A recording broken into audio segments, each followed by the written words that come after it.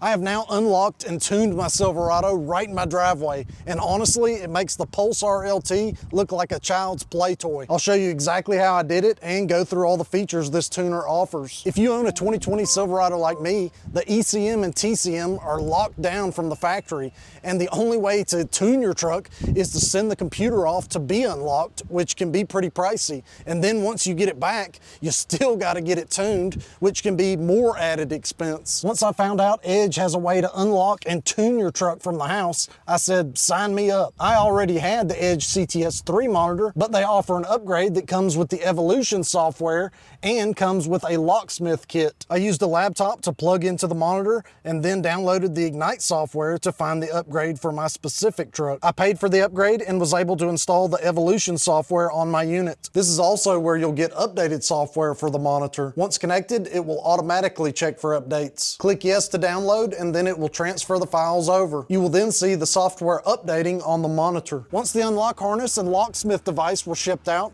it only took about 30 minutes to get everything ready to tune. Before starting this process, you definitely want to make sure the truck battery is fully charged because you don't want anything shutting down while unlocking these modules. The first thing I did was unlock the ECM, which is located behind the driver's side fender liner, using a T15 to remove the screws. You'll want to disconnect all the connections from the computer and then take the unlock harness and connect the blue connector and gray connector. The middle connection will have none. I then ran the other end of the harness to the battery, and the locksmith device will hook up to this connection. Once the cable is connected, you will then connect the monitor to the locksmith. Once the monitor boots up, click on tuning and you will get a message saying the module is ready to be unlocked. Click continue to start the process. Unlocking the ECM took between 8 to 10 minutes, and once it finished, it will give you a module successfully unlocked message. I then located the TCM connection, which is on the back side of the computer. You'll have to take a couple of screws loose to disconnect the housing the computer lives in from the truck. Connect the harness to the TCM connection and then run the other side to the battery, where you'll then connect the locksmith device and monitor. To start the unlock process, you'll go through the same steps, clicking on tuning, and then this process only took about 1 minute to get the module successfully unlocked screen. And now, just like that, the computer's unlocked, and we've got 4 preset ECM tunes, and then we've got 2 transmission tunes. From the home screen, click on tuning, and once that loads, you'll come to this screen. You've got tune vehicle, restore vehicle, and custom tuning. The 4 preset tunes are economy, drive, performance, and extreme. These 2 are 87 octane tunes, and these 2 are 91 octane tunes. The economy tune adds 3.1 horsepower and 27 torque. The drive tune only adds 0.9 horsepower and 25 torque. If you step into the 91 octane tunes, you'll get more gains. The performance tune adds 6.1 horsepower and adds 29 torque. And the last one, the extreme, adds 9.8 horsepower and 33 foot-pounds of torque. So all in all, those numbers might not seem that great, but that's for a bone stock Silverado. I've added several modifications, and I feel like I'm reaping the benefits of those now that I've got these preset tunes. I have the AWE exhaust system, cold air inductions, cold air intake, Jet Performance mass airflow sensor, and Jet Performance throttle body. I have to imagine the gains are higher on these modifications now that I have a tune on the truck. If you click on one of the tunes, it will then ask you which transmission tune you want. So we'll skip that for now. And then once it fully loads, you'll be able to customize that tune. If you made any previous changes, you'll get this screen. So let's click on change. That way we can look at the different parameters. If we click on switches, this is where you'll disable DFM. It's also got where you can save different modes. So if you want to always be in sport mode, this will allow sport mode to come on every time you crank your truck. If you scroll down, you can also disable the auto stop start mode. If you have that on, every time you climb in, it will turn it off. Here's another mode option. If you want the truck to always be in tow haul mode, every time you climb in, you would just flip that on. Going into the next option, if you've got oversized tires, you can put in your tire size right here, and it should correct your speedometer. You've also got the option to change your gear ratio, which we're not gonna do. And let's back out to limiters. You've got speed limiter and then rev limiter in drive. You can increase this by increments of 50. Once we click into throttle, this is basically a throttle response controller. So you can turn this up. I believe each one is 1%. So if you wanted to go all the way up to 10%, you would just go up to 10. Clicking into the fans, this is where you can increase your fan's duty cycle. If we go into spark, you can also change your timing at different RPM ranges. Under the idle menu, you've got idle and drive and idle and park, and you can increase that by increments of 50 RPM.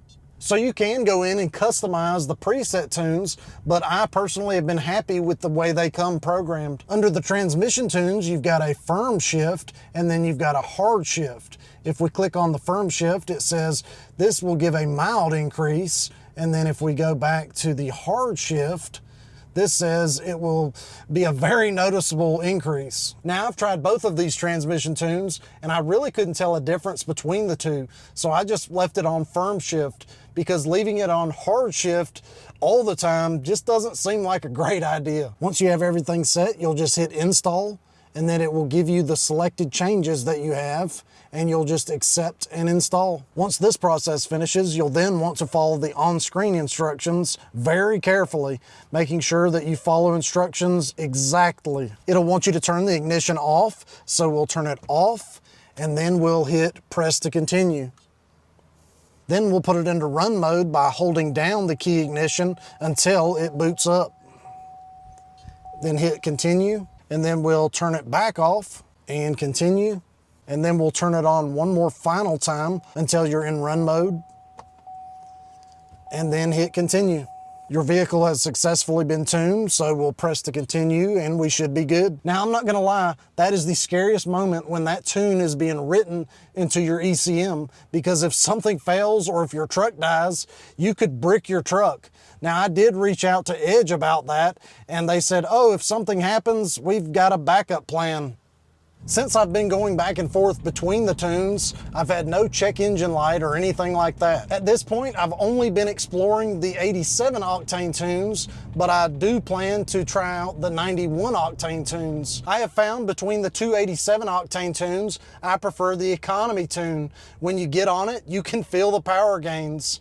And when you drive normally, I feel like I've got an increase in fuel mileage. I did not really see an increase in mileage with the drive tune. Let me know in the comments if y'all would like to see an update video with the performance tune and the extreme tune. So will this void the warranty? Yes, probably. That's why I waited for my warranty to run out on the truck. Now, if you don't want to void your warranty, I do think the Pulsar LT is a great option and offers several advantages to the overall driver experience. You will still be able to disable DFM, increase your throttle response, and turn off auto stop start with the Pulsar LT.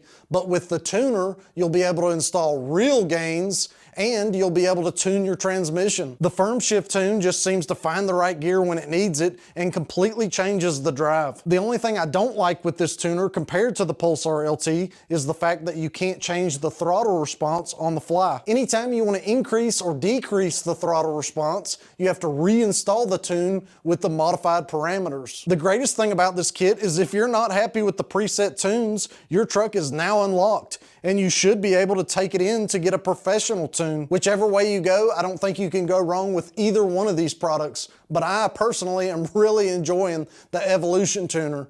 Well, thanks for watching. Until next time, we'll see y'all.